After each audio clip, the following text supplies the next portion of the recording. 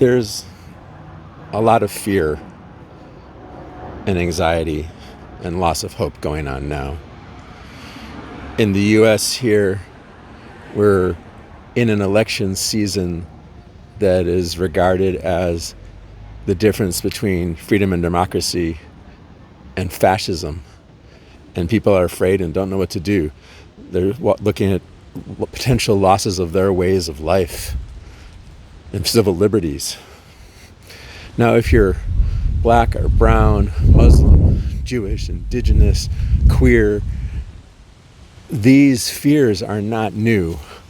And generations old in some cases, your grandparents were living in these fears, and you may have been raised to this reality and mitigate these fears.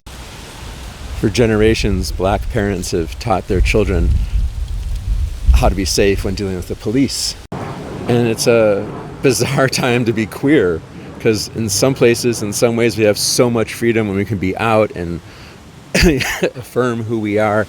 But there are many states in this country that if you are transgender, you can be refused medical care right now.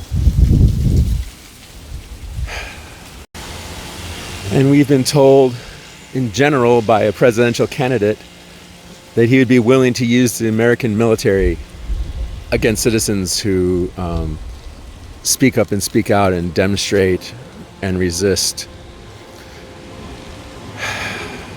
But also, the MAGAites, they're scared too, right? White people are now the global minority. And I think, it's an educated speculation, that white Americans are afraid of losing their way of life. And I don't even know that it's always, aggressive, hateful racism. I think it's your, garden variety institutional racism, where they don't think black or brown people or queer people are less than them, but they're afraid for what it means when they're no longer the majority. So yeah, lots and lots of fear all across the spectrum. And I'm not justifying, white Christian heterosexual cisgendered people's fear of that what is different. I just think it's real, though. I think they really feel it. So what do we do about this? What do we do with all this fear that we're feeling? Well, I think spiritual practice is a great balm. Meditation, something to calm you and your nervous system down. Take time to do something enjoyable, like reading a book that's not about politics. Read some fiction or read some Calvin and Hobbes.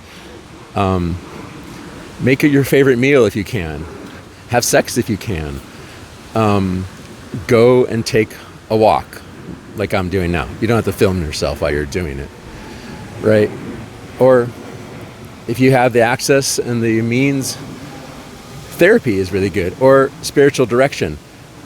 I'm glad to talk to you if you want to talk to me about what it would be like to do spiritual direction and coaching with me. Find a friend to talk to, or journal about it, or make a video about it, because sometimes just speaking your fears helps you relieve them and takes away some of that anxiety.